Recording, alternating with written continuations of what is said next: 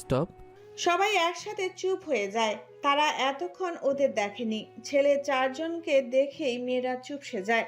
রায়হান তাদের এক নজর দেখে পার্লারের মেয়েকে বলে। আপনাদের আরও স্টাফ কি আছে? রায়হানের কথায় মেয়েটি মাথা নিচু করে বলে, জি স্যার। তাহলে আরও 3জনকে আসতে বলুন, আমি আপনাদের পেমেন্ট করে দিব। Okay sir. হুম, তাড়াতাড়ি আসতে বলুন।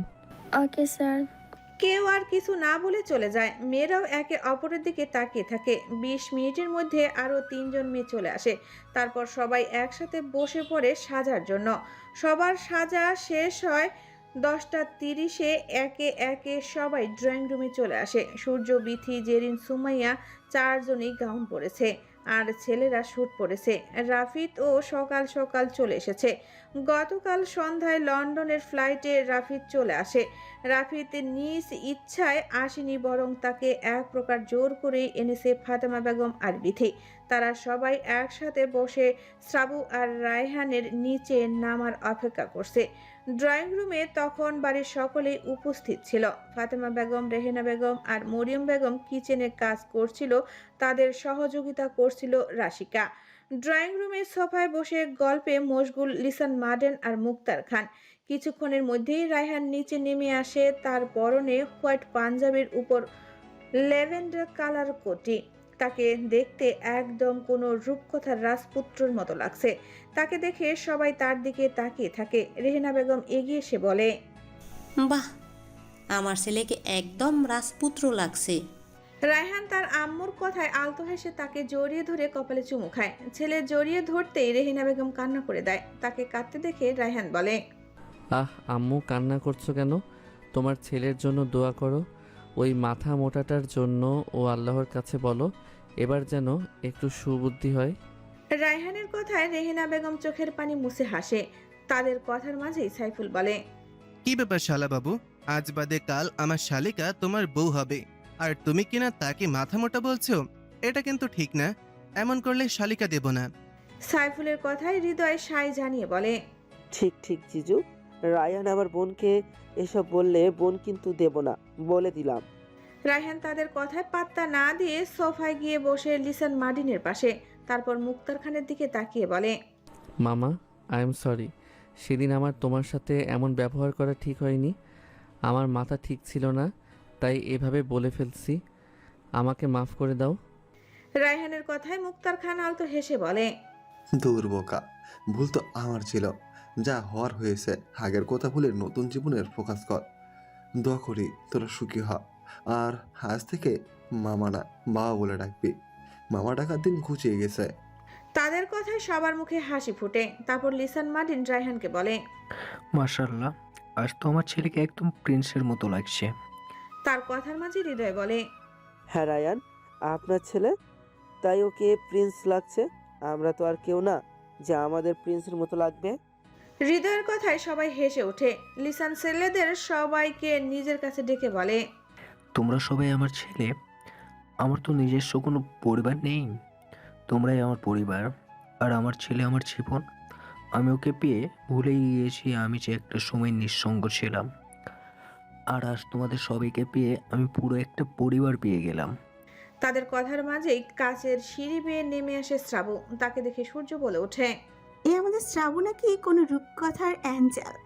সূর্যের কথা শুনে সবাই সূর্যের দিকে তাকায়। তারপর সূর্যের দৃষ্টি অনুসরণ করে সবাই সিঁড়ির দিকে তাকায়। শ্রাবুকে দেখে এক প্রকার সবার চোয়াল ঝুলে যায়।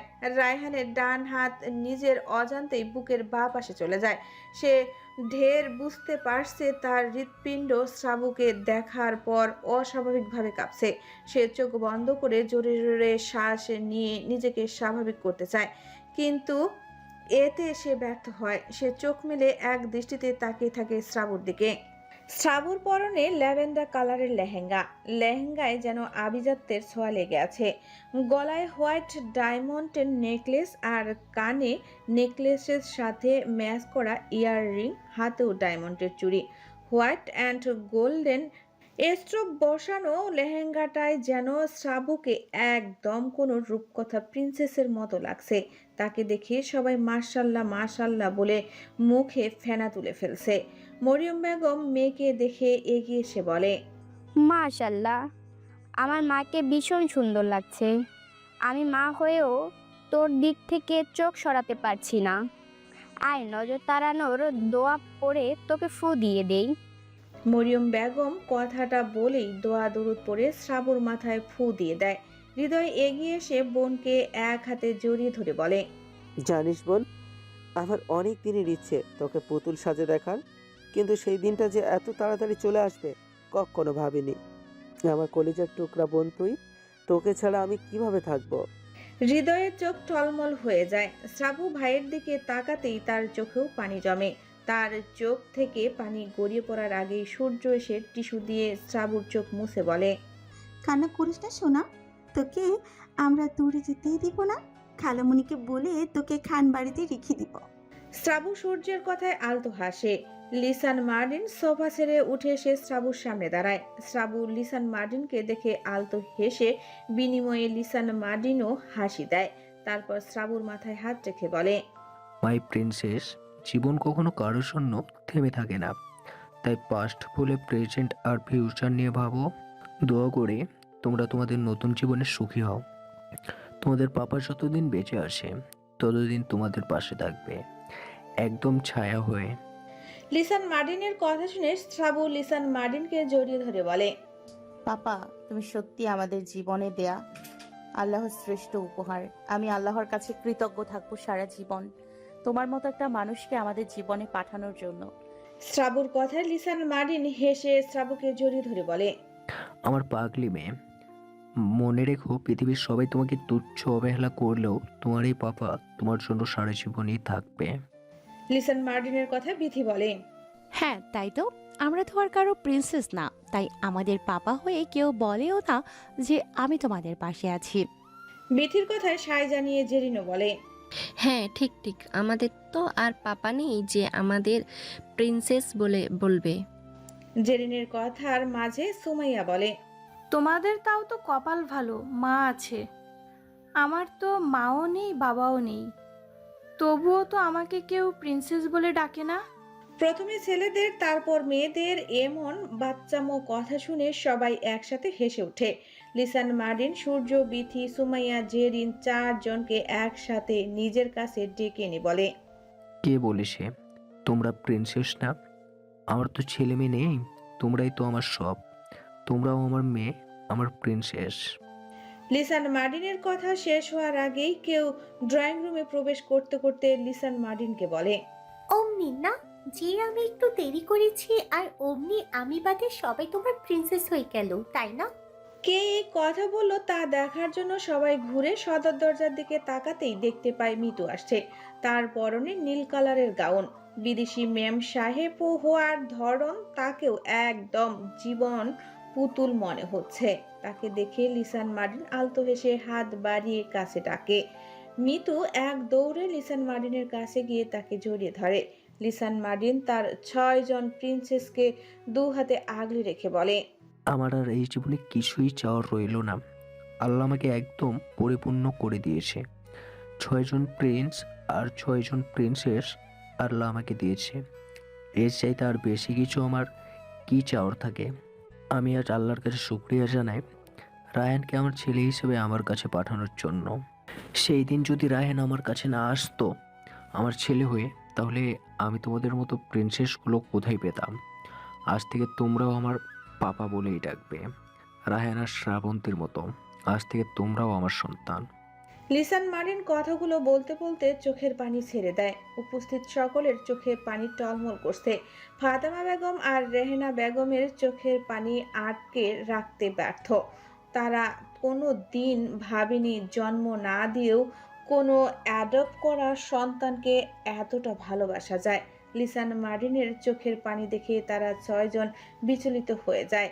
শ্রাবু লিসান মার্টিনকে বলে, পাপা, আজ এই খুশির দিনে কান্না করছো কেন? দেখো তোমার বাড়িতে আজ চাঁদের হাট বসেছে। তোমার নিঃসঙ্গ জীবনে আলোর গতি হয়ে এসেছি আমরা, বাকিটা জীবন তোমাকে আলোকিত করার জন্য।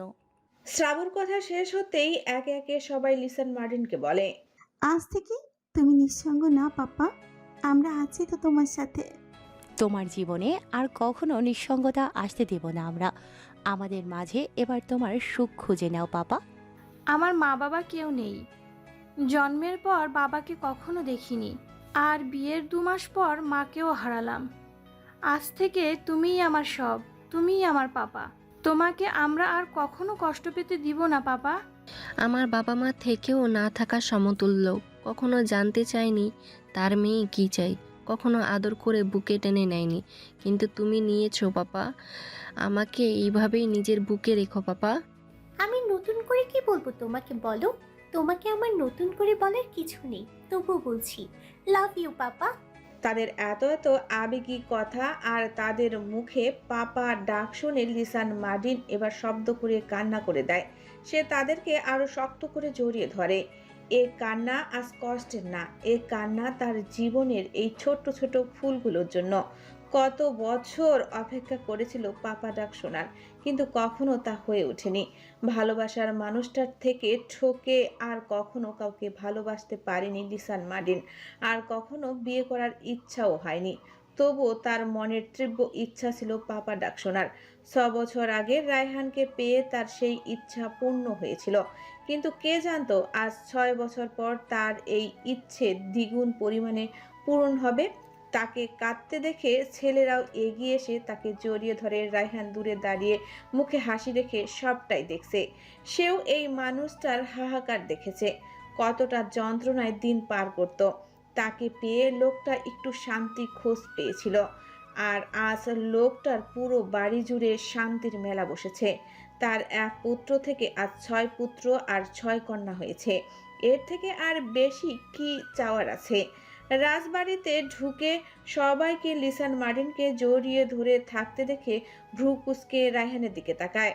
রাজকে দেখে লিসান মার্টিন হাত বাড়িয়ে কাছে ডাকে। রাজ রায়হানের দিকে তাকাতেই রায়হান চোখের ইশারায় যেতে বলে। রাজও খুশি হয়ে লিসান মার্টিনের কাছে গিয়ে জড়িয়ে ধরে। তাদের এই আবেগপ্রবণ মুহূর্তের ফটোগ্রাফার এসে হাজির হয়।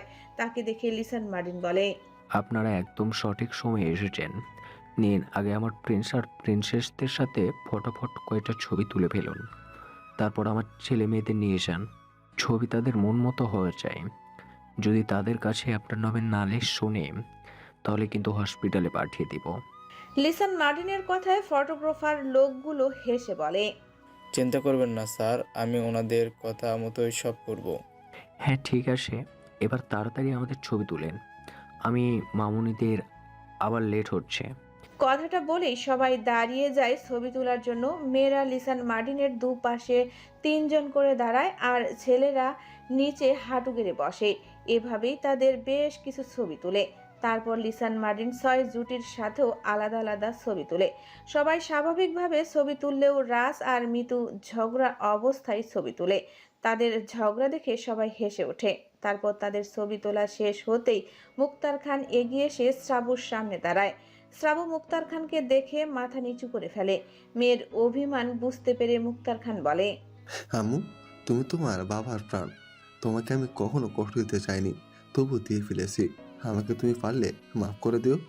বাবার কথায় শ্রাবু মাথা তুলে তাকায়। শ্রাবু তার বাবার হাত দুটো ধরে বলে, আব্বু, আমি তোমাকে ভীষণ ভালোবাসি জানো তো।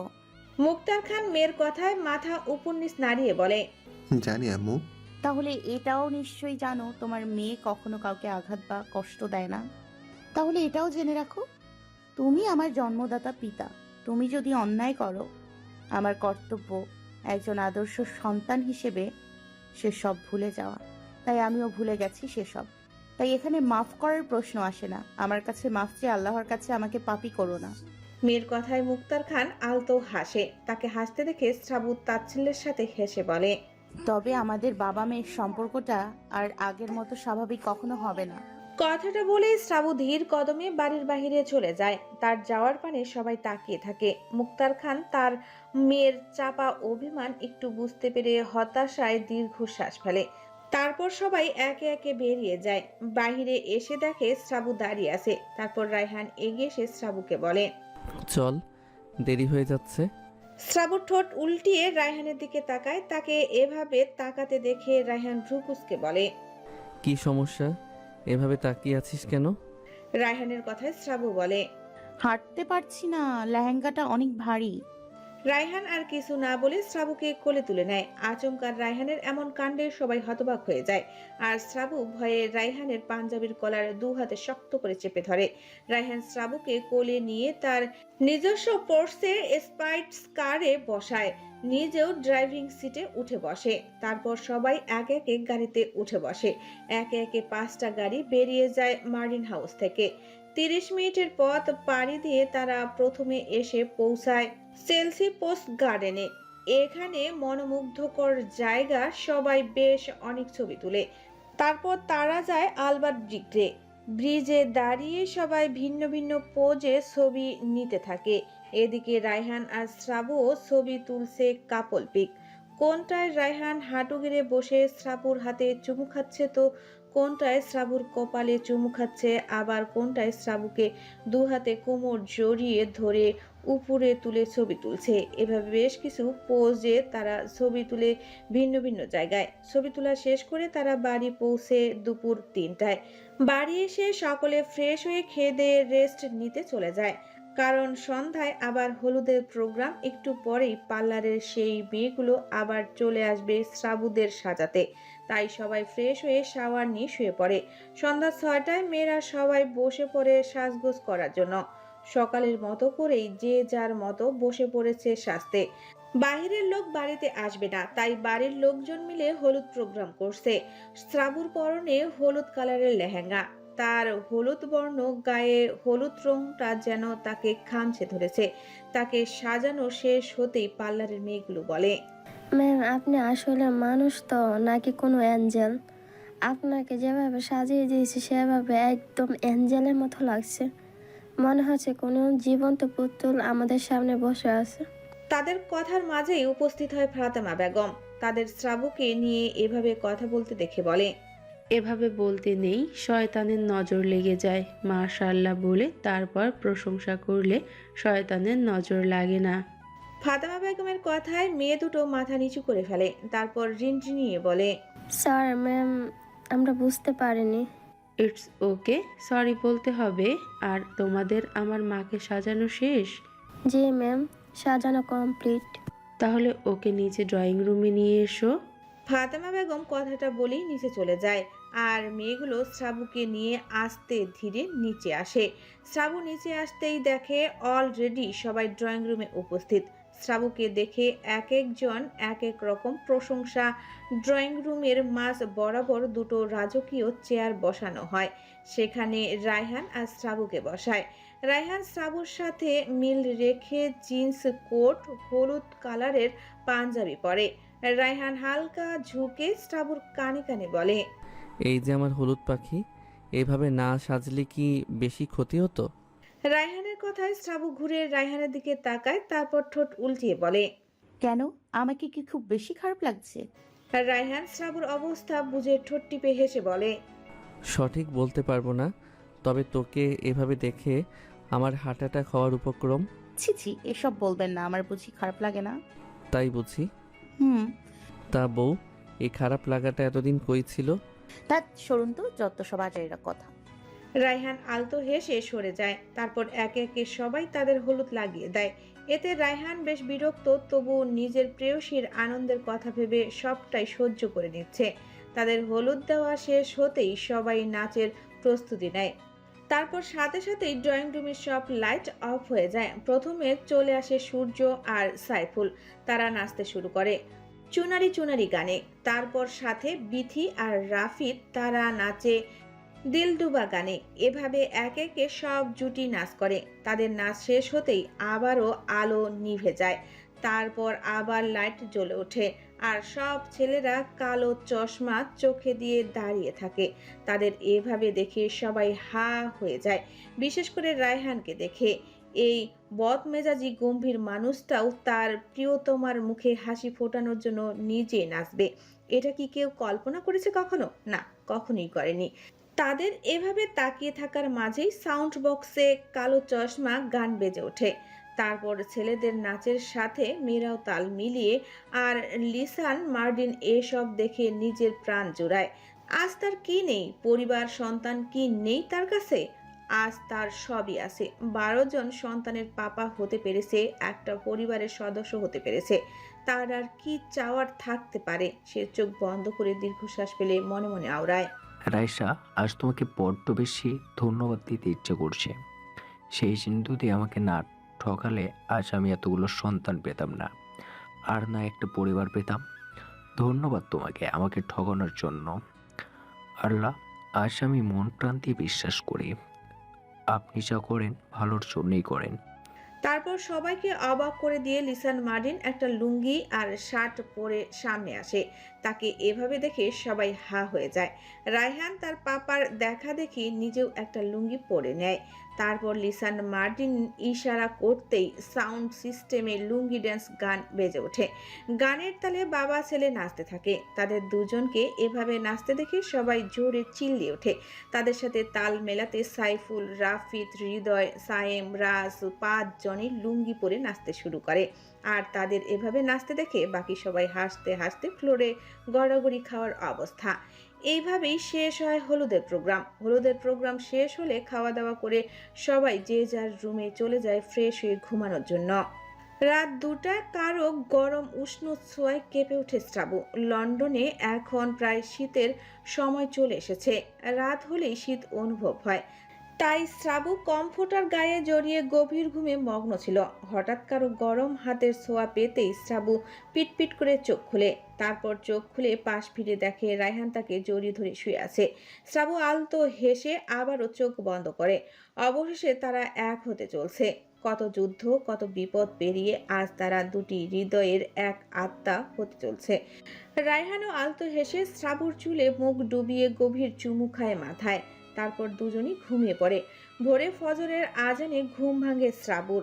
এটা শ্রাবুর প্রতিদিনের অভ্যাস, তাই আজান পড়তেই ঘুম ছুটে যায়। সে হাই তুলে বসতে নিলে বাধা পড়ে রায়হানের শক্তপোক্ত হাতের বাঁধনে। সে নিঃশ্বাস ফেলে রায়হানকে ডাকে। রায়হান ভাই উঠুন, নামাজ পড়বেন। রায়হান ঘুম জড়ানো কণ্ঠে বলে, আজ না কাল পড়ব, আজ ঘুমাতে দে। রায়হানের ঘুম জড়ানো কণ্ঠে শ্রাবু ঈষৎ কেঁপে ওঠে। কারো ঘুম জড়ানো কণ্ঠ এতটা মাদকীয় হয় বুঝি? সে শুকনো ঢুক গিলে তারপর আবারও কাঁপা কাঁপা গলায় ডাকে, রায়হান ভাইয়া উঠুন বলছি। কোনো বাহানা চলবে না। আপনি আমাকে কথা দিয়েছেন প্রতিদিন নামাজ পড়বেন। উঠুন বলছি। রায়হান না উঠে শ্রাবুকে আরো শক্ত করে জড়িয়ে ধরে। শ্রাবু অবাক হয়ে যায় রায়হানের কাণ্ডে। সে গলায় খানিকটা তেজ এনে বলে, সত্যি এবার যদি না ওঠেন তাহলে আমি বিয়ে করব না। শ্রাবুর কথাটা বলতেই রায়হান তড়িৎ বেগে চোখ খুলে তাকায়। তারপর উঠে বসে এক ঝটকায় শ্রাবুকে বেড থেকে উঠিয়ে বসায়। শ্রাবুকে নিজের সামনে এনে শ্রাবুর গাল দুটো রায়হান এক হাতে চেপে ধরে দাঁতের দাঁত পিষে রায়হান বলে, একদম নাটক মারাবি না, আমাকে ভয় দেখাস। তোর কথায় আমি ভয়ে গুটিয়ে যাব ভাবিস? দেখ হলুদিয়া, আমাকে ঠকানোর কথা স্বপ্নেও ভাবিস না। তুই সেটা স্বপ্ন দেখার আগেই তোকে আমি একদম মাটির সাথে পিষে ফেলবো।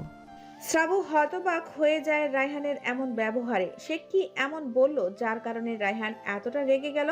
সে মুখ থেকে রায়হানের হাত সরানোর চেষ্টা করতে করতে বলে, আরে আমি কি এমন বললাম? এমন রিয়াক্ট করছেন কেন? আর আমি আপনাকে ঠকাবো কেন? আমার ব্যথা লাগছে, ছাড়ুন।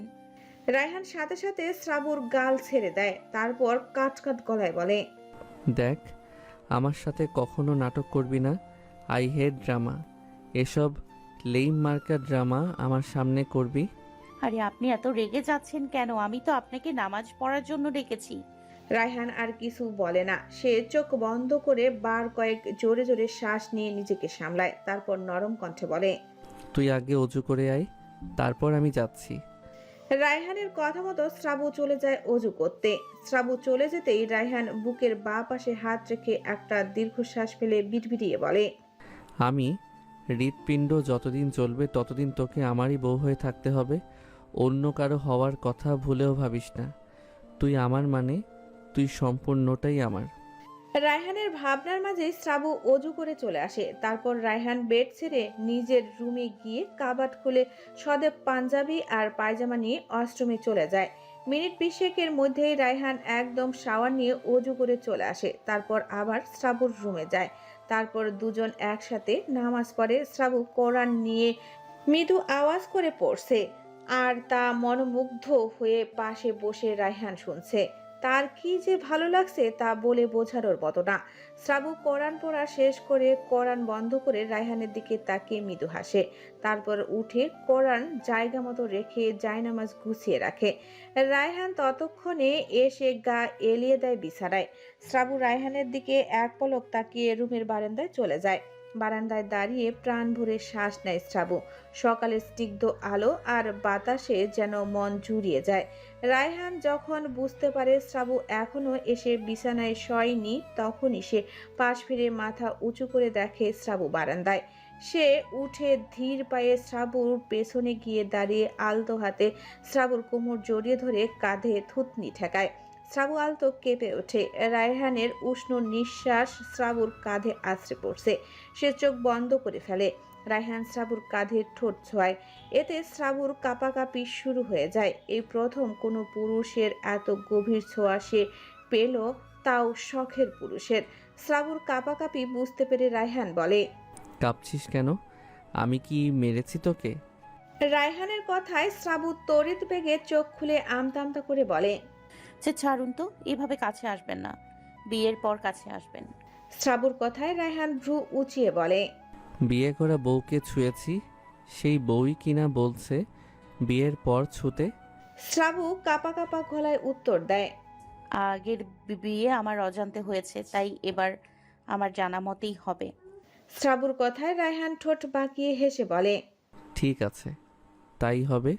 কথাটা বলে রায়হান শ্রাবুর থেকে দূরে সরে যায়। শ্রাবু যেন হাঁপ ছেড়ে বাঁচে। রায়হান শ্রাবুর অস্ত্রতা বুঝতে পেরে ঠোঁট চেপে হাসে। তারপর রায়হান শ্রাবুকে বারান্দার দোলনায় বসিয়ে বলে, এখানে বস, আমি তোর জন্য তোর স্পেশাল কফি আনছি। শ্রাবু মাথা নাড়িয়ে সায় জানায়। আর রায়হান আলতো হেসে শ্রাবুর কপালে একটা নরম চুমু দিয়ে নিচে চলে যায়। আকাশে আস্তে আস্তে সকালের আলো ফুটছে। শ্রাবু একদিনে তাকিয়ে আছে সেদিকে। মিনিট 10 পর রায়হান 2 কাপ কফি নিয়ে বারান্দায় এসে শ্রাবুর সাথে দোলনায় বসে এক হাতে শ্রাবুকে জড়িয়ে ধরে। তারপর দুজনে কফি খেতে খেতে নানান গল্প করে। হঠাৎ রায়হান শ্রাবুর দিকে তাকিয়ে বলে, সরি পাখি, আমি এমনটা করতে চাইনি। শ্রাবু না বোঝার মতো করে তার দিকে তাকিয়ে থাকে। তাকে এভাবে থাকতে দেখে রায়হান হেসে বলে, তখনের ব্যবহারের জন্য সরি পাখি। শ্রাবু এবার বুঝতে পারে রায়হান কেন সরি বলছে। তাই শ্রাবু রায়হানের বুকে মাথা রেখে বলে, সরি কেন বলছেন? ভুলটা তো আমারই, তাই সরি আমার বলা উচিত, তাই আমি বলছি সরি। হয়েছে, এবার কফিটা শেষ কর। আজ মেহেন্দি মনে আছে তো? হ্যাঁ মনে আছে। আপনি কিন্তু মেহেদি পরবেন। একদম না, এসব আমার পক্ষে হবে না। তোরা মেয়েরা মেহেদি পরবি, আমি কেন পরবো? মা কি বলছেন? আপনি জানেন না, বিয়েতে ছেলে মেয়ে দুজনকেই মেহেদি পরতে হয়। সবাই যা করে তা কি আমার করতে হবে নাকি? হ্যাঁ করতে হবে। না, আমি পারবো না। কেন পারবেন না? এমনি। না, আপনাকে পারতেই হবে। দেখ হলুদিয়া, জেদ ধরিস না। কাল তোর জোড়াজড়িতে হলুদ মেখেছি, আজ আর না। এমনিতে এসব আমার কাছে বোরিং লাগে। প্লিজ একটু তো। একটুও না। প্লিজ। না। ঠিক আছে, পড়া লাগবে না। রাগ করে লাভ নেই, আমি মেহেদি পরবো না মানে পরবো না। বললাম তো পড়া লাগবে না। আমি কি আপনাকে জোর করছি নাকি? কথাটা বলেই শ্রাবু অন্যদিকে মুখ ঘুরিয়ে বসে। তা দেখে রায়হানের খুব হাসি পায়, কিন্তু তার এখন হাসা যাবে না। যদি শ্রাবু দেখে রায়হান তাকে রাগিয়ে দিয়ে হাসছে, তাহলে বাড়িতে আজ লঙ্কা কাণ্ড ঘটবে। তাই রায়হান নিজেকে কন্ট্রোল করে বলে, ঠিক আছে, মেহেদি পরবো, তবে শুধু তোর নামটাই হাতে থাকবে, আর কিছু না। রাজি থাকলে বলিস। কথাটা শোনা মাত্রই শ্রাবু হাসি মুখে রায়হানের দিকে তাকিয়ে বলে, সত্যি বলছেন? হুম। আচ্ছা ঠিক আছে, অতটুকু হলেই চলবে। তারপর আবার শ্রাবু রায়হানের বুকে মাথা রাখে। রায়হান এবার শ্রাবুর আড়ালে হেসে দেয় আর মনে মনে বলে, তুই এখনো আমার সেই ছোট্ট পাখিটাই রয়ে গেলি। জেদ রাগ সব একই রকম আছে, শুধু বয়সেই বড় হয়ে গেলি। সারা জীবন এভাবেই থাকিস পাখি, তোর মাঝেই আমার বেঁচে থাকা হলুদিয়া। ভালোবাসি তোকে, ভীষণভাবে ভালোবাসি পাখি। মনে মনে কথাগুলো বলেই রায়হান শ্রাবুর মাথায় চুমু খায়। তারপর শ্রাবুর মাথায় হাত বুলিয়ে দিতে থাকে আর শ্রাবু বকবক করতে থাকে। দুপুর 2টায় মেহেদি প্রোগ্রাম শুরু করে দেয়, কারণ শ্রাবুর ইচ্ছে রাতেই এই লন্ডন শহরে ঘুরে ঘুরে ফটোশ্যুট করার। রায়হান প্রথমে অমত করলেও সবার জড়াজড়িতে রাজি হয়ে যায়। পার্লার থেকে মেয়ে এসেছে মেহেদি দিতে, 3জন এসেছে মেহেদি দিতে। শ্রাবুকে একজন দিয়ে দিচ্ছে আর 2জন বাকিদের দিয়ে দিচ্ছে। শ্রাবুর মেহেদি দেওয়া শেষ হতেই ছেলেরা এসে বসে পড়ে মেহেদি দিতে। ছেলেরা একজন আরেকজনকে ধাক্কাচ্ছে কে আগে দিবে সেটা নিয়ে, আর তাদের কাণ্ড দেখে সবাই হাসাহাসি করছে। শ্রাবু 2 হাত ভরে মেহেদি দিয়েছে। এক হাতের তালুর মধ্যে লেখা রায়হানের হলুদিয়া, তার আরেক হাতে লেখা রায়হানের পাখি।